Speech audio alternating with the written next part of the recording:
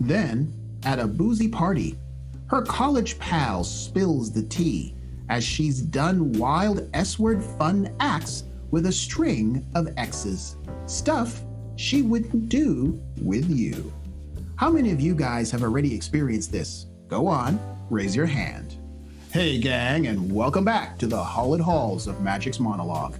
Magic here, your curator of personal growth and the sage keeper of the keys to today's tome of wisdom and knowledge. Today's video, why she won't do backdoor with you, but she did for 8 others. Let's begin the journey.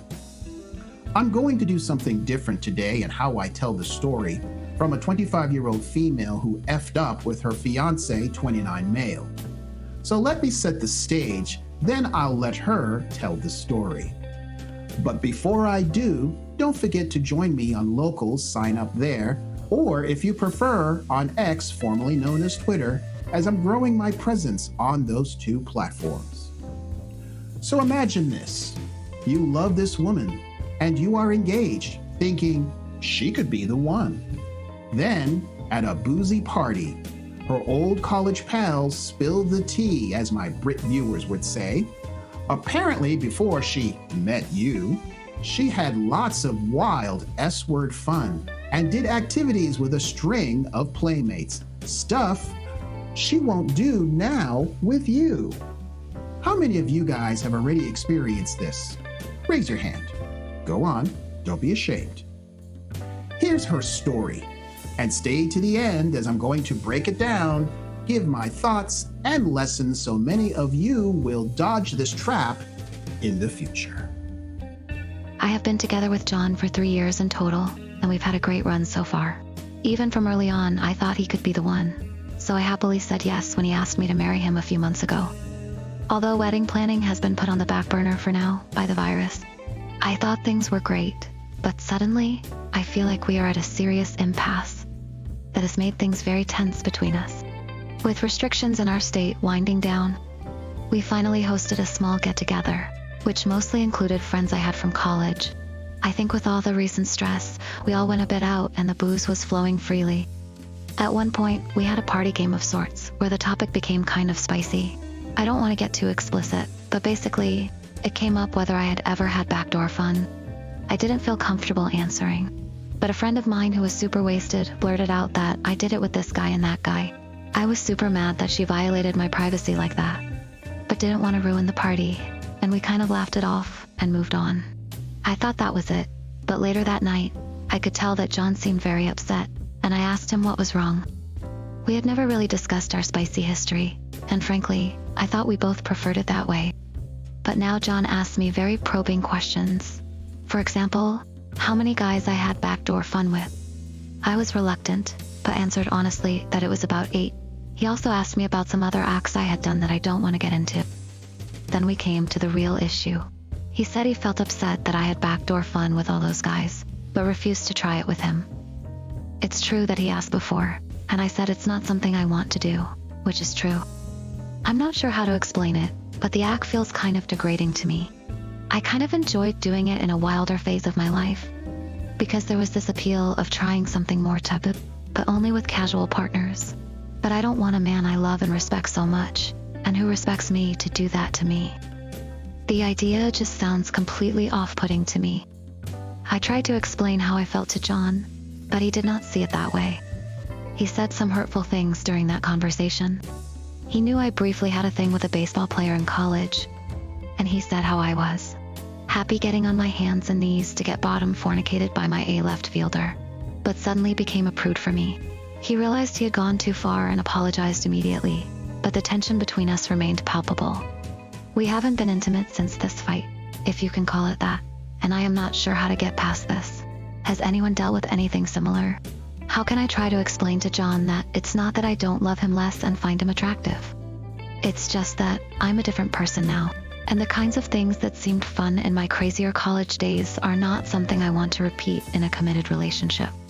Right, well, let's break this down magic style and arm you with the lessons to help many of you recognize it and when you become John or to help you dodge this trap again. She says she's changed.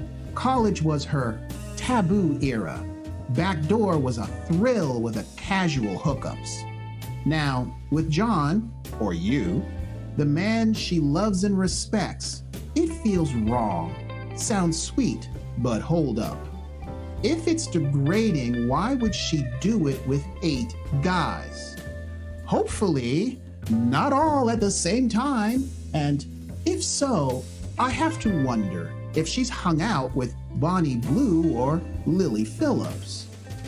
Anyways, if it's only degrading with you, what does that say about how she sees you?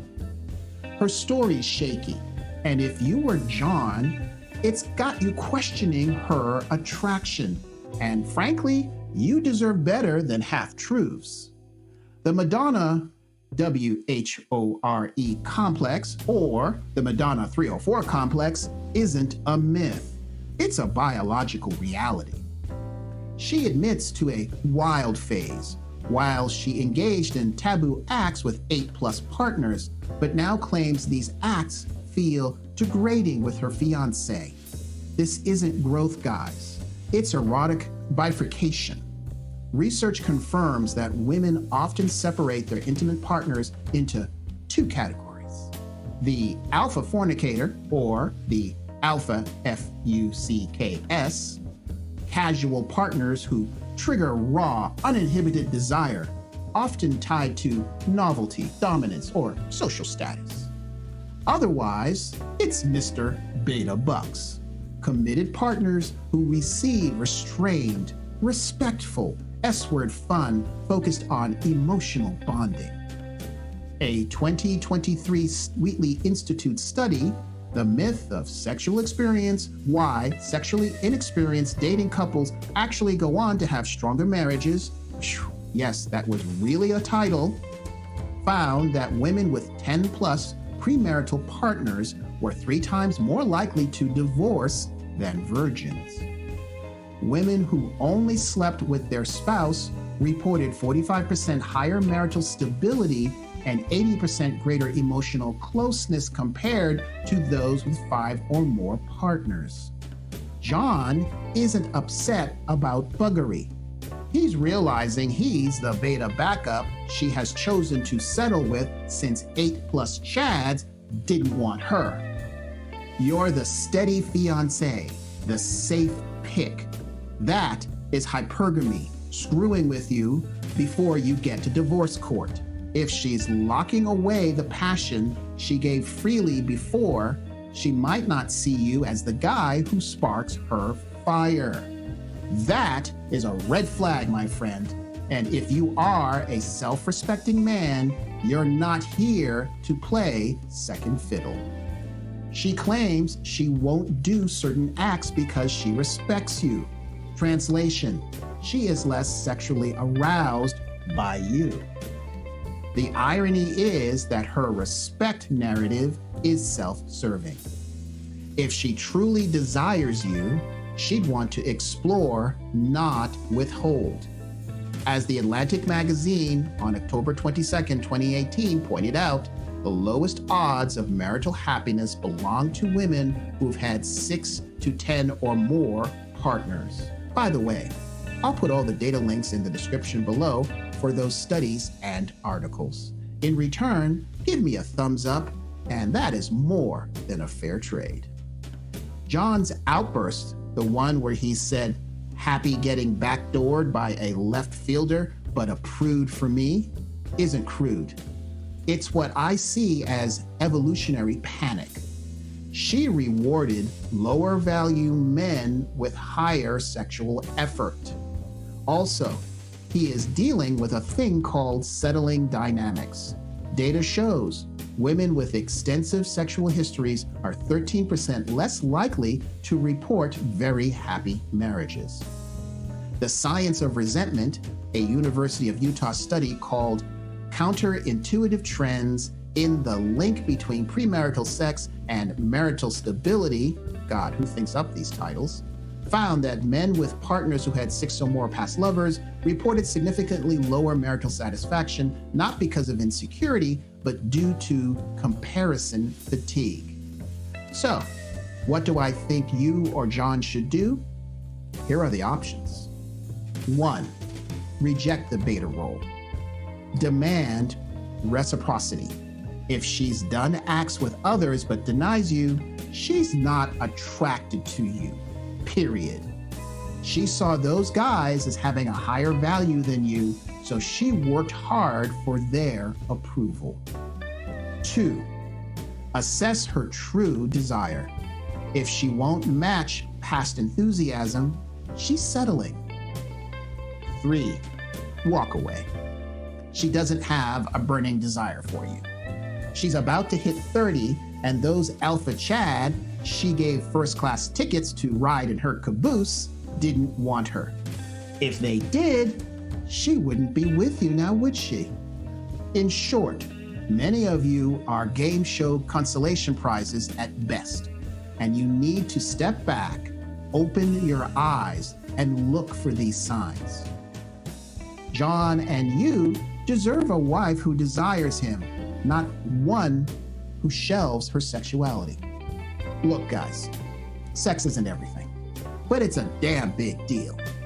If she's holding back what you crave, resentment is gonna happen faster than a Tesla going 0 to 60. You're not wrong to feel shortchanged. If she's got a vault of no's for you, but had an open bar for the guys in her past. It's not about forcing her, it's about matching vibes.